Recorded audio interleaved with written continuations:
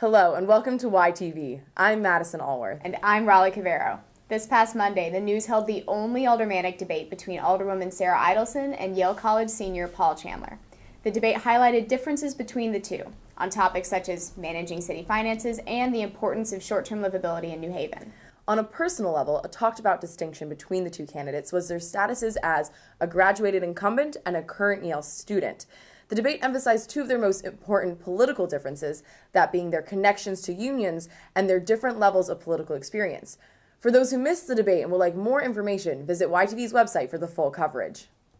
Also earlier this week, Idelson and Chandler released fundraising numbers for the election's final filing period and announced last-minute endorsements. Chandler announced over $1,700 raised, more than doubling Idelson's total of $732.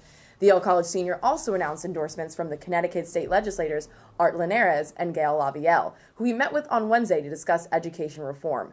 Idelson, who finished with over $2,800 in total fundraising, holds endorsements by mayoral candidate Tony Harp and city aldermen from wards 22, 28, and 29.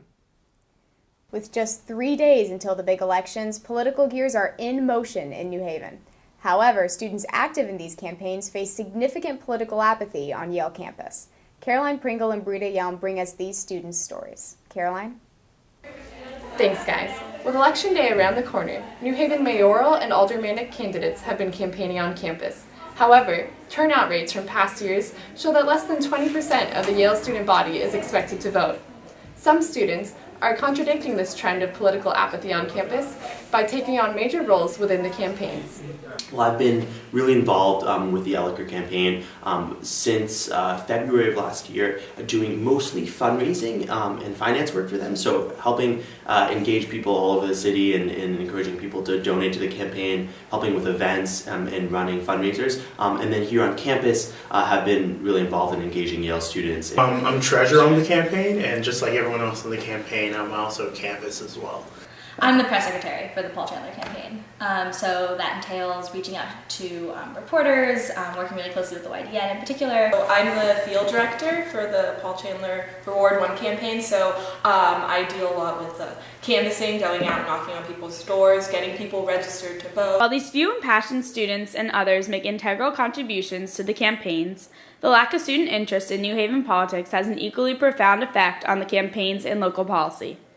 I think political apathy has been one of the biggest obstacles that we faced in our campaign, just students not being extremely interested in the issues or being somewhat interested and not having enough time for it. There is a real youth gap in the city with both like youth services and just in general like the culture paying attention to youth voices and issues in the city. There are other students who are just very indifferent to everything. They're not registered to vote in this ward. Politics can make a huge difference in people's lives. Just getting out and working on this local election, I've seen that we can really make a difference in how things are done in a city, and that's really inspiring and something I'm hoping to be able to continue in the future. Although all of them want to continue their work toward social change, not all of them want to do so on the political path. Freshman Sterling would have probably pursued politics, but now probably not. I'll find ways to help out and influence policy outside of the public realm. But I've realized after working on this race that it is definitely something that I love, I'm passionate about. I don't know if I want to continue doing it career-wise. You'd asked me 3 years ago when I came to Yale if I'm interested in getting involved in politics. I'd have laughed. The next presidential campaign is coming up right after I graduate, so that'd be amazing to get involved in. Yeah, I definitely want to continue working in politics, and we'll see what the next couple of years hold for me at Yale, see what campaigns I'll get involved with. The skills they're gaining from working for Chandler, Idelson, and Elliker will serve them both on and off the campaign trail.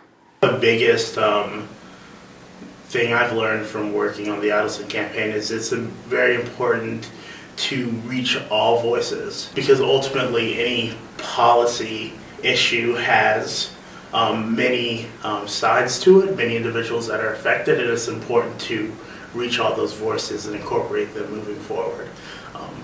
Sadly, I feel like, at least in a strictly academic context, we forget that. I've gotten to know a lot of people who I wouldn't have gotten to know had I not worked on the campaign. People that are very passionate and dedicated to the cause. Makes me want to continue, working for the conservative cause. What this has taught me is that grassroots campaigns that are driven by people and by conversations that people have and by word of mouth are really, really powerful. When people believe in a cause and believe they can change the nature of political discourse, they're really impassioned to do so, and they can get things done. And that's been a really key lesson. On a campus that has existed in a bubble of political indifference, some students are working hard to tie Yale and New Haven together. The polls opened for the mayoral and aldermanic elections this Tuesday. This has been Caroline Pringle and Brita Yelm reporting for YTV. Back to you. Thanks, Caroline. Ward 1 residents, that's most of you Yale students, can vote at the public library on November 5th. Another decision voters will have to make at the polls on November 5th is whether or not to alter the structure of the Board of Education. Currently, the board consists of the mayor and 7 members appointed by the mayor. The charter revision, however, proposes that the board will consist of the mayor, 4 appointed members, 2 elected members, and 2 non-voting student representatives. Both mayoral candidates support this reform. Elliker has included it as part of his education platform, while Harp has said that she will work with the charter if it's passed, but that is not necessarily a key priority for her. New Haven is currently the only district in Connecticut with a fully appointed board. Voters will decide if that's going to change on Tuesday.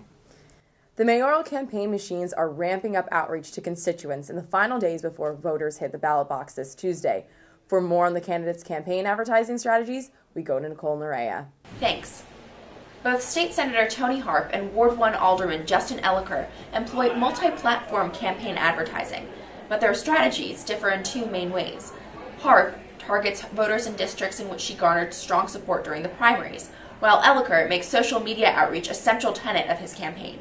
Social media tends to cut across all race and class lines, so we've used it to reach out to literally every group. Facebook is a destination that our users can go to find news about the campaign, find pictures about the campaign, just generally engaging content. Twitter we utilize more to talk about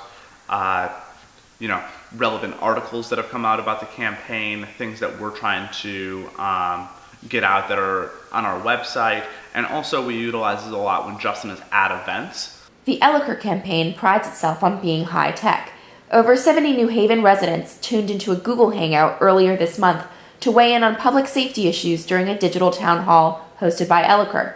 Buddha said Elliker would like to host similar Google Hangouts on a regular basis if elected, to engage younger constituents. Obviously, the younger crowd at Yale is particularly engaged in social media, but we have a lot of Facebook likes and Twitter followers of people that are in their 50s and 60s and 70s.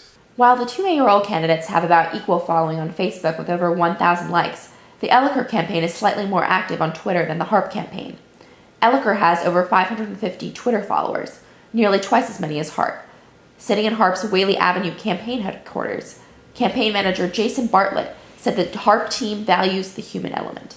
What happens is we come up with an aggregate number that we need in every ward in order to win, and we base that off of what we expect turnout to be and what past elections have told us, and we come up with a number for that, and then we try to hit that number.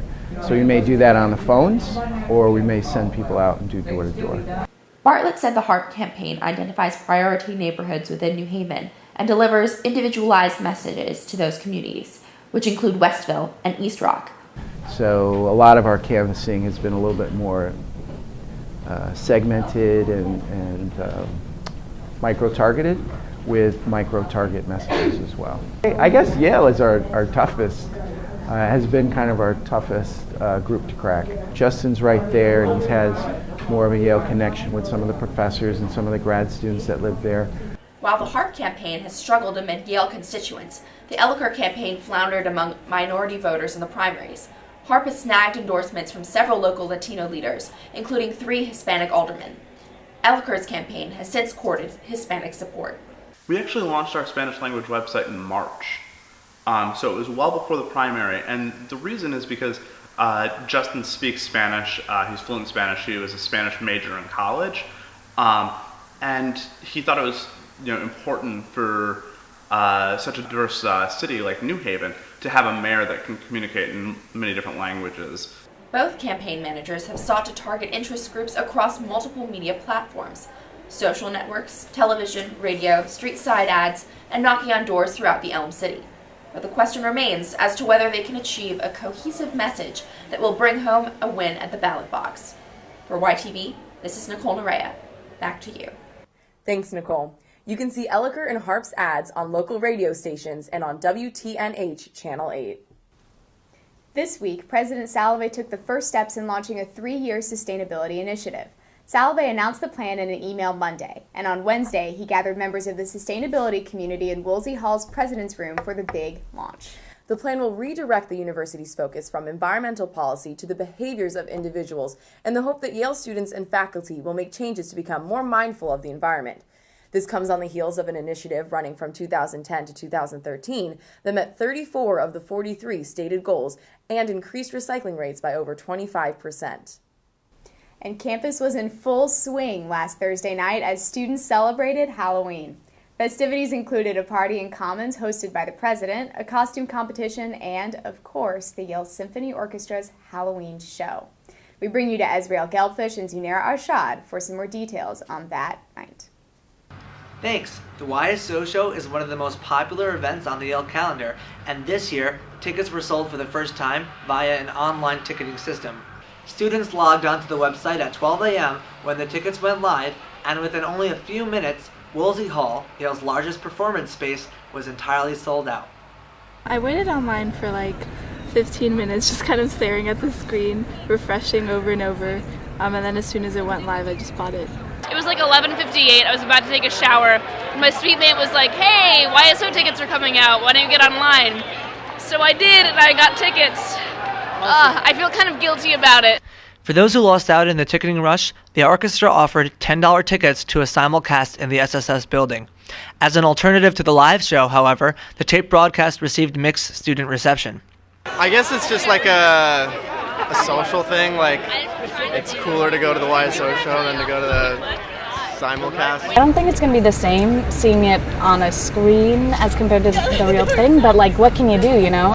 The ticketing system has thus seen some complaints. Certain students say it's easier to use, but others prefer the old system. Making people go and buy tickets from actual people like they did last year, it's a much more fair system because you actually have to get your act together and go find someone to buy a ticket from. Honestly, I think the system is fine and that people just need to be more active about it and try and get tickets as soon as they go on sale. And for some people, all it took to get tickets was a little help from friends.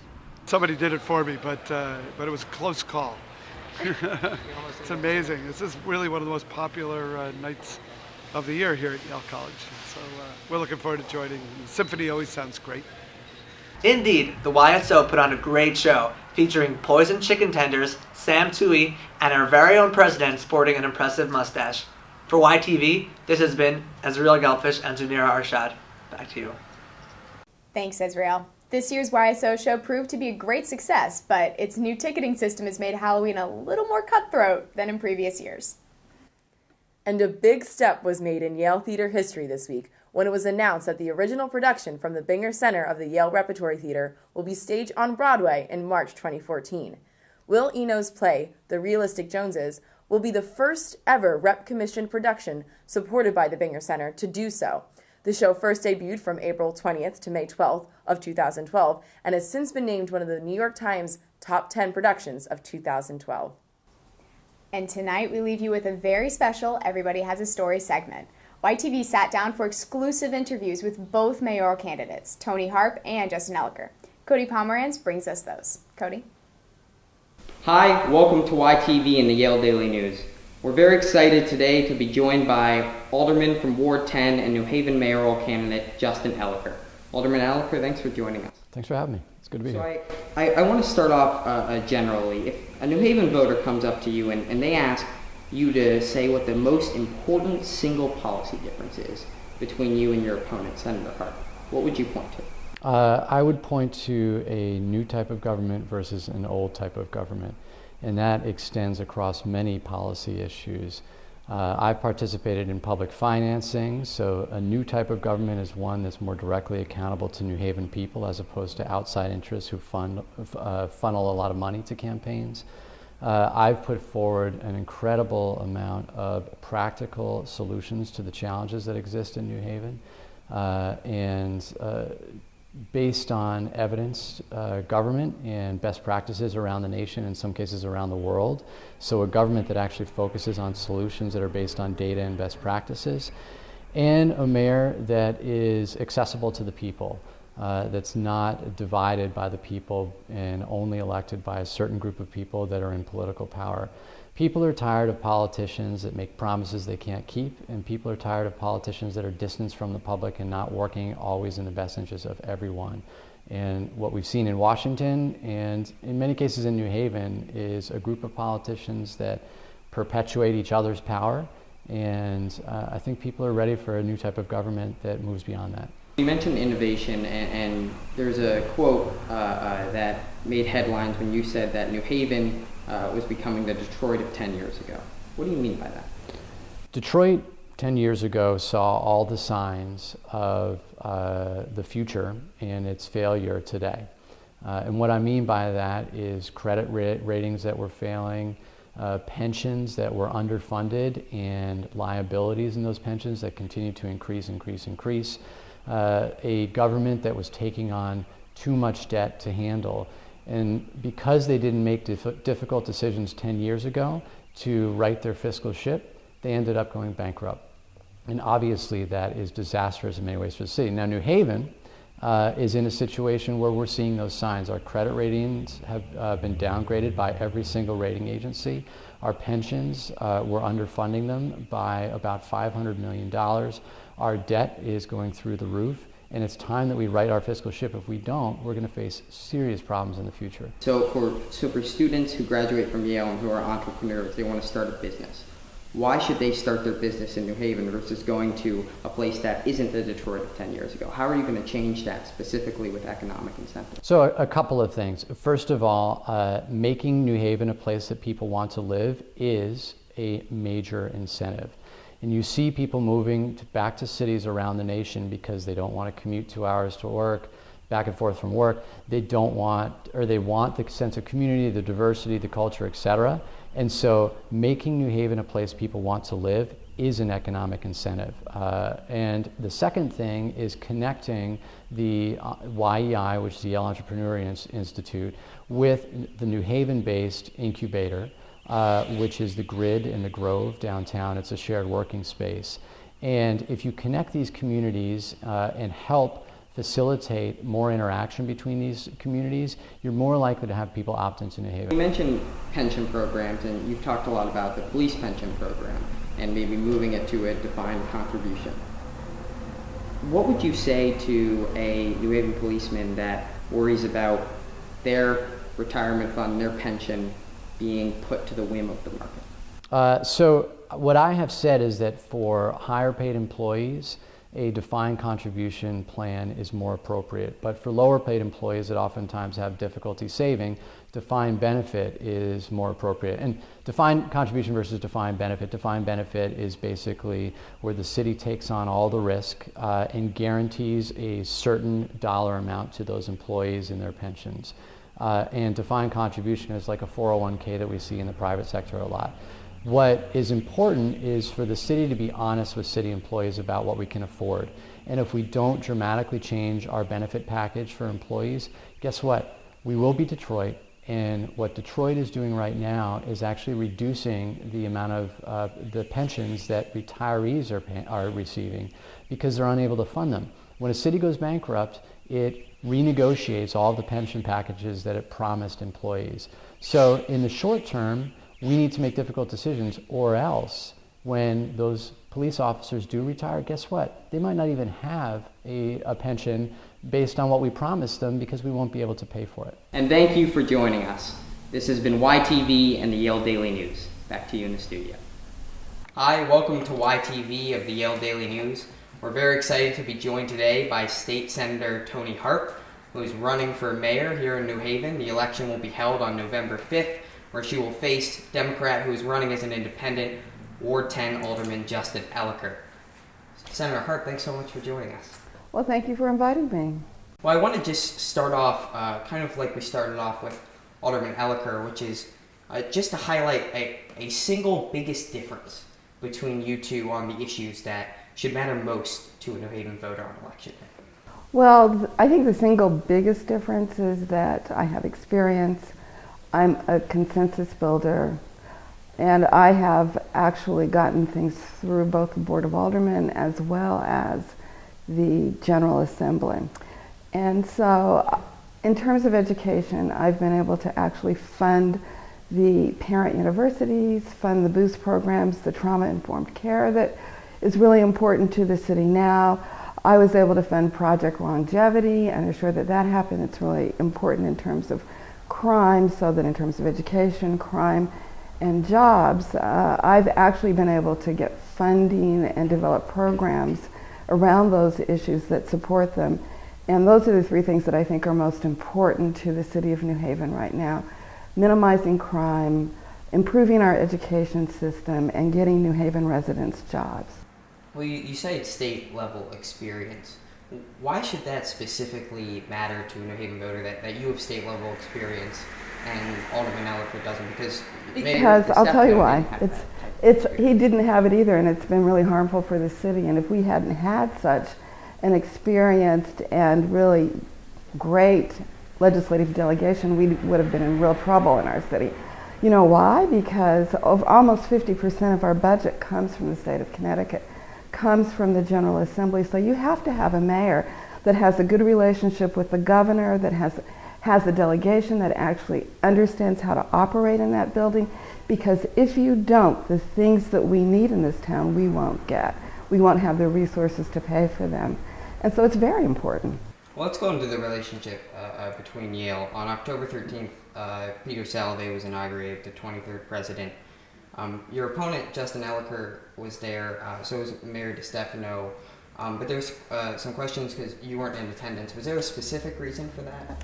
You know, I actually had some campaign stops that I had to make and some things that were already scheduled, and I'd spoken to President Salovey, congratulated him, and am really thrilled that he's going to be the next president. Look forward to working with him.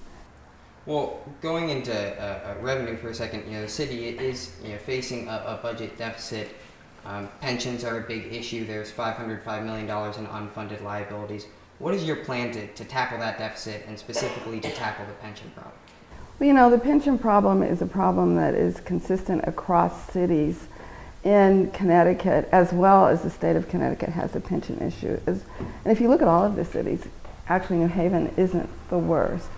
And the reality is the state's not going to let the pension system fail, but what I would do is I would bring experts together, and we would look at our pension fund and find ways in which we can, one, keep it actuarially funded as we go forward and begin to make up the funding that we didn't put in as we move forward. So we can look at a number of options. We can look at borrowing. We can look at just increasing the amount that we pay. And but what I want to do really is to bring in experts and have them take a look at it, and then help to develop a plan to assure that we move forward in bringing our funding current. Alderman Elliker has said that your campaign represents, old government, old New Haven government, that it is this political machine. With those figures, and obviously you have a lot of experience here in New Haven and at the state level, does that machine exist? Is that an accurate characterization? Well, if it's a machine that exists, I don't know about it. And if it exists, it's one that I think is actually something that is imaginary. I took on the quote machine, ran against an incumbent when I first ran for the Board of Aldermen, ran against an incumbent when I first ran for the state senate. The DiStefano organization machine, whatever you want to call it, took me on in 1998 and tried to take me out, ran against them. So to say that I am some sort of a machine candidate is outrageous and shows a lack of understanding of what has happened historically in this town, frankly, and a lack of experience about what it takes to pull together an operation to actually become elected. The reality is I have people who are supporting my campaign across this city from almost every street, frankly, and to say that they are a part of a sort of dirty machine, which is basically what he's trying to say, that abuses power is so inaccurate. These people are part of a democracy, and they are excited about participating across the board, whether it be the people who donate to my campaign or the people who volunteer every day. State Senator Harp, thank you so much for joining. Thank you. And thank you for joining us. We'll see you next time. For YTV, I'm Cody Pomerantz. Thanks, Cody. We hope that information helps you shape your decision as you head toward the ballot boxes on Tuesday. And that's it for tonight. Thanks for joining us here in the YTV studio. We'll see you next Sunday at 5 because it's your Yale, your week, and your news.